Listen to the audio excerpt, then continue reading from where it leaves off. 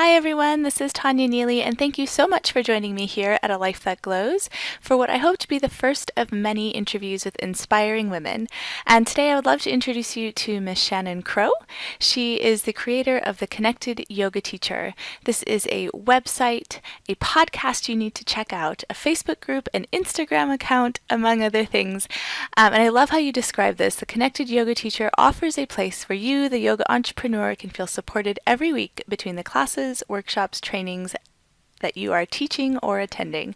Is there anything that I missed that is part of the Connected Yoga Some Teacher? resources on the website, but yeah, yeah. Fantastic. So, on the Facebook group, which I participate in, Shannon recently had a post where she asked about people that you might want to ask something of, but you were a little bit nervous about. And I was so glad that you posted that because it prompted me to reach out and ask you if I could interview you. So, thank you for that. Um, and I would love if you would share with us today, as you let me pick your brain, kind of where you got started in your yoga journey. And then I'll have some questions as well as to kind of yoga entrepreneurship, what that means, what that might look like, and why it's so different to go through yoga teacher training and then actually jump into teaching. So let's get started with you and how you got going with your yoga journey. Uh, let's see. I started doing yoga like as a girls' night out when my oldest was young. Maybe I had tried a few yoga poses from a book when I was a teenager, but other than that, my first class was girls' night out. And it was just a way to get out, like literally get out of the house. And I felt like the more I did yoga, the more I was connecting to who I really was because I was sort of losing that as a mom. So I have three kids and well, my oldest just turned 20. So that says that my yoga journey began at least 18 years ago with my first class. And then from there, I started to specialize. I mean, as a student, then I decided at one point, okay, I really want to teach this. I really want to share it. I didn't start with that though at all. I just wanted to do it selfishly. So then I wanted to teach and share, but along the way, it was really tough. That whole thing of like, I was always driving to a class, or then I would go to a training and I would connect with information. But then it was a real struggle when I was back home by myself. I felt like I was really isolated as a yoga teacher. And there was so much to think about. Like there was the yoga teachings and everything that I was going to take in and share. But on top of that was running a business. And so that's kind of where I focused. And I would also get a lot of questions from other yoga teachers. So that's kind of where I got to where I am now. And then when you started teaching yoga, did you teach with a studio or did you start your own business immediately? How did that go? So the very first class that I taught was in a little tiny community center, which was freezing cold, up in Adamsville. I don't even know if there's still a sign there. It was like literal, there was nothing there but an old schoolhouse. And that's where I started teaching. Yeah. And I at that point I didn't even email my students. So I was just calling them. So I also ran a farmer's market at the same time. I would meet people and I'd have a brochure, give them a brochure, like a piece of paper, and tell them why yoga might benefit them. I also lived in an area where yoga was not very popular. People didn't even know what yoga was. And I started teaching Kundalini yoga, which for our community would have been quite a stretch to start doing yoga like that. So uh, from there, I went on to work in and manage a few different studios in our area as they opened up. And that's where the business part really came in, was managing spaces, probably. Kind of. I feel like I was an entrepreneur, so I started a farmer's market and ran it for 5 years. So I knew what would go into like letting people know about something, and it's easy to sell organic vegetables. Well, it should be just as easy to sell yoga. So it's just like pure benefit for everyone. So mhm. Yeah, I'm curious if you would address that gap. So there seems to be a gap between completing a yoga teacher training and then actually going into teaching a class. Yeah. Yeah. And I'm curious if you would address that. You know, there's so much that can be covered in a 200-hour class. I mean, you could go up to 200,000 hours, right? But you got to keep it manageable for someone who's learning to teach for the first time. And yet, there's still this kind of hesitancy or this kind of a feeling of lack of knowledge between doing this training that so often is wonderful in so many ways, and yet actually going into teaching a class or even starting your own business as a yoga teacher. Right. I think two parts to that. So you can love yoga, love to do yoga, and even love to teach yoga. But if you don't love running a business, maybe that's not part of it for someone as a yoga teacher. And so then they need someone else to do that for them. Some teachers think, well, if I connect with a studio, they will do all of that for me. And in my experience, that isn't very common. So really what people are investing in is a yoga teacher. And there are some ways that you can build that. So, say for anyone who runs a yoga teacher training, or if you're going to sign up for one, you want to find one that will start getting you to teach from like the first time that you're together, like the first weekend or the first few days, or you're just teaching a small thing. At least that builds the teaching muscle. In terms of running a business, then that's a whole other thing. So, I think there are two pieces to this. There's like building up the confidence to teach is one, and then running a business and marketing and selling and being okay with that piece of it. That's not usually covered in a 200 hour. If it is, it's usually a small portion because, like you said, there's so much to fit in. Definitely. So as I was looking through the website and learning a little bit more about you, I noticed you had a long list of different trainings that you've attended, and I was curious if how you picked them. Was it based on just interest or your passion?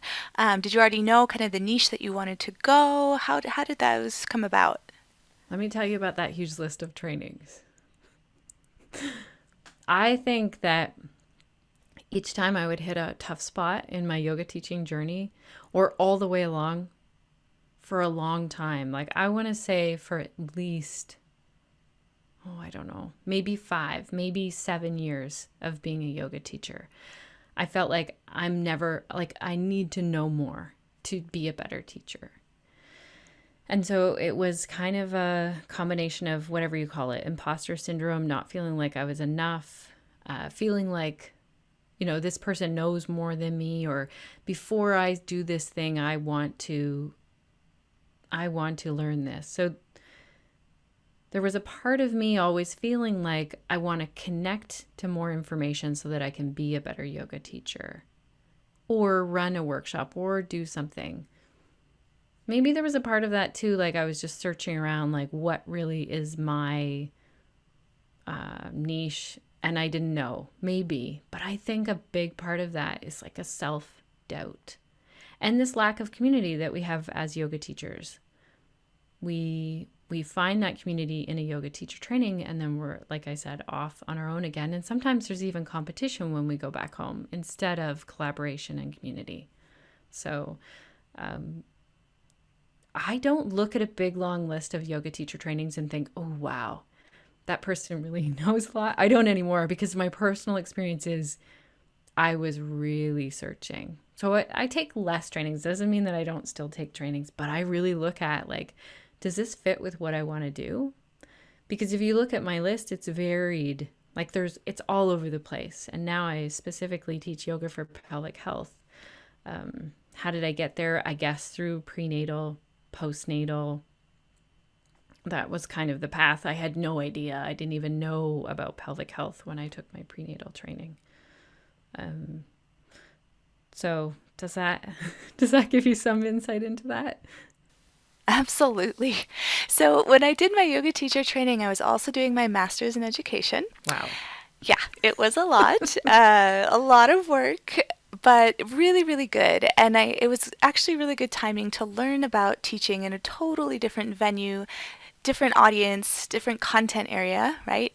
And also have a Yeah. grounding space to, yeah, get me out of this world of academia, get me out of my head, and get me kind of grounded in a different way. Um, and at the same time, like this is really making me think about when my first year of teaching. So I've been a teacher for 10 years. My first year of teaching was very different from my 10th.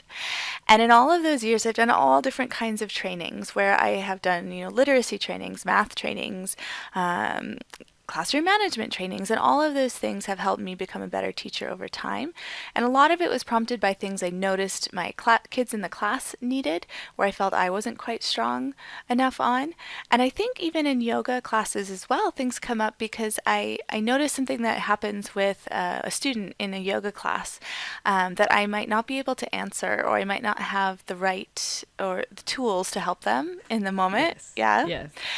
Um, or even in myself. So as a yoga teacher, I still try to get to classes. That doesn't happen as often as I'd like. Right. But things come up for me in a class that, I hit a wall and I want to get past that wall as well.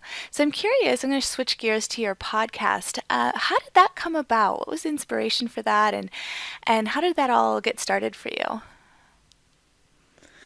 The podcast really came out of this desire to. So I was working one on one with yoga teachers and they were sharing different challenges. And I felt like I was kind of saying the same thing over and over again. And so I thought, wouldn't it be amazing if there could be a platform where yoga teachers could listen? Like I have some yoga podcasts that I already listen to now. When I first started it, there were maybe less available. But I just had this different vision with mine that it would be like you could listen, you'd hear some stories, you'd hear from other yoga teachers or other professionals, and then there would be things that you were like, I'm going to do that this week to help me along. Or, wow, that's a new perspective. I didn't think of it like that. And now this will inform my classes this week. Almost.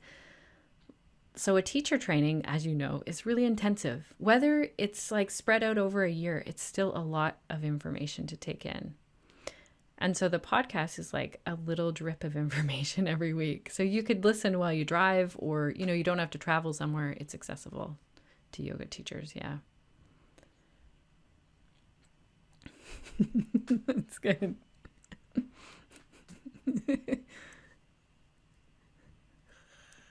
It's funny.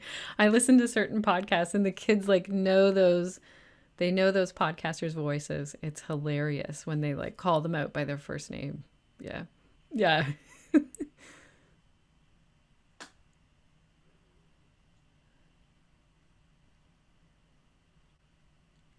So at the first, I remember having this book where I wrote down everyone's names that I wanted to interview. And like I kind of had this, different wish lists. Like these people seem just out of reach. Um, Most people aren't really like that out of reach. I'm excited because I've asked a few bigger names. And I think as we build and we grow as a podcast and we have consistent episodes, it's harder to ask when you don't have a podcast even up. And when you're just saying, I have this idea and I want to have 6 episodes, that's where it started.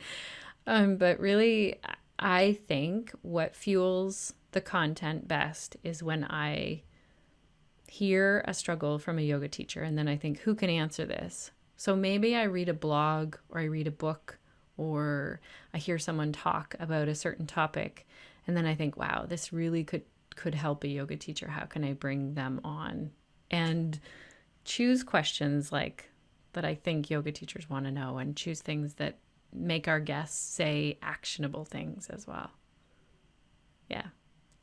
I'd love to chat a little bit about the mentoring you do for yoga Mm-hmm. entrepreneurs. Um, I'm curious if there are some common threads, some commonalities, some common questions or concerns that come up for yoga teachers who are interested in getting into the entrepreneurial space, who want to start their own business, want to do maybe some private lessons. Do you see some commonalities there at all? I mean, everyone is really unique for sure. There are some common threads, pricing and just the whole business, profit, money mindset in yoga teachers is one that I definitely specialize in, as is niching. And I feel like both have kind of a they stress yoga teachers out. It's like yoga teachers are they're worried about charging too much, or they want to help people. And I know they're coming from a really great place, but you can't help people if your business doesn't survive.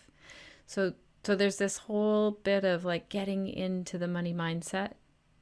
And it happens from like people who are charging, you know, honestly 30 times what another yoga teacher is charging. So this happens all the way through. And I see that mindset, like I know it personally, and I know that I used to cringe and say like the session is going to cost this much and just think, "Oh my gosh, am I charging that?" And now I don't even bat an eye. Like I had to work really hard to see the worth in what I was offering. And so I help other yoga teachers to do that as well, and we talk through it. It always helps to have someone else to talk through something with. Another one is not seeing the business as like this professional business. So let me think of another business. Like my mechanic, I take my car, he fixes it, he sends me an invoice. He's not worried that I can't afford it. I need to drive my car. Same with my massage therapist. And they know that they're going to run a business. They know that they're going to show up, they're going to be there, they're going to do everything. And for some reason in the yoga world, on like how we show up for ourselves and our customer, there's something missing there, like something that needs a little more strengthening. So that we see ourselves as a professional, and then other people do. Let me give you an example. So as a stay-at-home mom, I could make two choices today. Well, I can make many choices, but two of my choices could be like, I know that my kids have left some laundry on the floor and I could go do that laundry. But as a yoga entrepreneur, as a professional, I'm showing up from my business hours and I'm here for myself and then for the people that I'm serving. And I think that's a struggle that all entrepreneurs face. But then yoga teachers have another added element. It's like, this is a business, so how much time are you running your business? Yeah, I Yeah. can totally relate to that. I know after my yoga teacher training, I had a hard time as well thinking about charging for this, right? I mean, it felt Right. like a basic human right. It felt like something everyone should have access to. It felt like it should, like breathing, it was just something everybody needed. And yeah, like we think of yoga, most people come for the physical aspect of it. Like you pay for a gym, you pay for a personal Right. trainer to be strong on the outside. And yoga, yet, as we know, is so much Yeah. more than that, right? It's strong on the outside, and we also learn how to help people become strong on the inside. So I think that's kind of how I reconciled it, was that I was reaching all facets of people. Right. I totally agree that yoga should be free. But the space and the props and your training and all those things are what we pay for. And that's and I love this analogy of like strong on the inside as well as strong on the outside. And then so I'm thinking of right away, a counselor would provide some support for your emotional well-being, your emotional health. So that's strong on the inside. And we definitely wouldn't think, well, counseling should be free. We always know like someone's paying for it. Yeah. Definitely. That's a really good analogy as well. I'd love to get some of the ideas that you have for those of us who are interested in yoga entrepreneurship, who maybe want to build our own businesses, love to do private yoga, have some passions, or have a niche that we would love to explore. Any advice or suggestions you might have on where to begin? Yeah. So I think the biggest advice I would have is start somewhere and start as soon as possible. So if you're in a yoga teacher training, set it up so that you are teaching when you get out. And I know there's such hesitation and feeling like I'm just not ready and I need one more training, or I need this thing, or I need a new website. And you don't need any of those things. Like you really need to make the decision and make the commitment to start teaching, even if it's like to your friends, and then learn as you go. Like all of us feel like that. We all feel like we're not ready. And so when we start sharing yoga, and maybe for someone it's like taking a yoga pose breaking it down, teaching it via video or in a blog at home. So it might look very different than a traditional yoga class. I don't close yourself into just that idea, but how can you share yoga? And I honestly believe that every single person has this unique way of sharing yoga that no one else can do. So in terms of thinking, well, so and so is just down the road and they're doing the same kind of yoga, it doesn't matter because we're all unique people. We're not, there are some, like, I'm going to use a Canadian thing, but a Tim Hortons of yoga where that if you order the same thing, it's generally the same, but still, like, each person shares that in a unique way. You just can't replicate that. So to trust, like, the mistake making of it. So when I started the podcast, I used this microphone and I was using it backwards for 30 some episodes. So I was doing it wrong. I didn't know what I was doing. And then I just learned as I go. So now the sound is better. I did a lot of brainstorming of why the sound was so bad. And so how can you as a yoga teacher just start somewhere? Yeah. Yeah. Yeah. Start crappy. Be like, this is going to be crappy as I start. We can't be perfect right off the go. And yeah, well, as a teacher, like, you teach, oh, you're like, wow, that really didn't work and you won't do it again, or that really worked and we'll pull that. Yeah.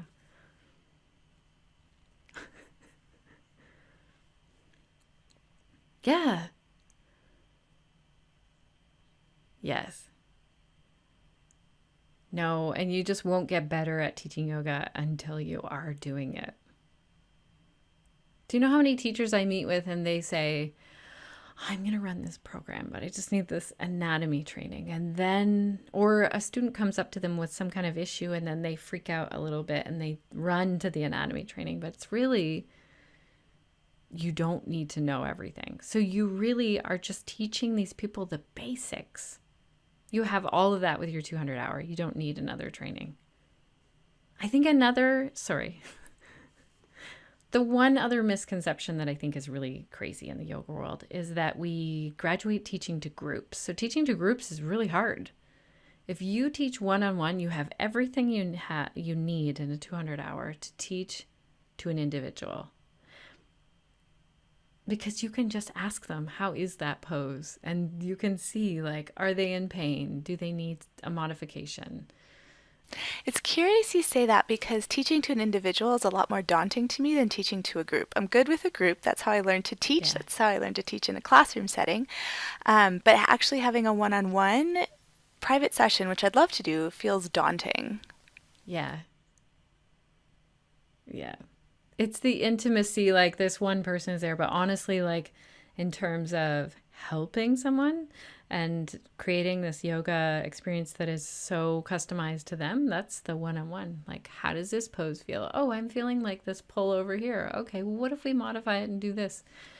When you teach that same pose to 20 or 30 people, you have no idea what's going on for them. Yeah, I often say in my classes, I can give you all the cues in the world, but I can't be in your body, Yeah, that's really good. right? And really, what I want people to take from that is an ownership in the yoga that they're doing, an ownership in the class, a trust in themselves, a trust in their own body.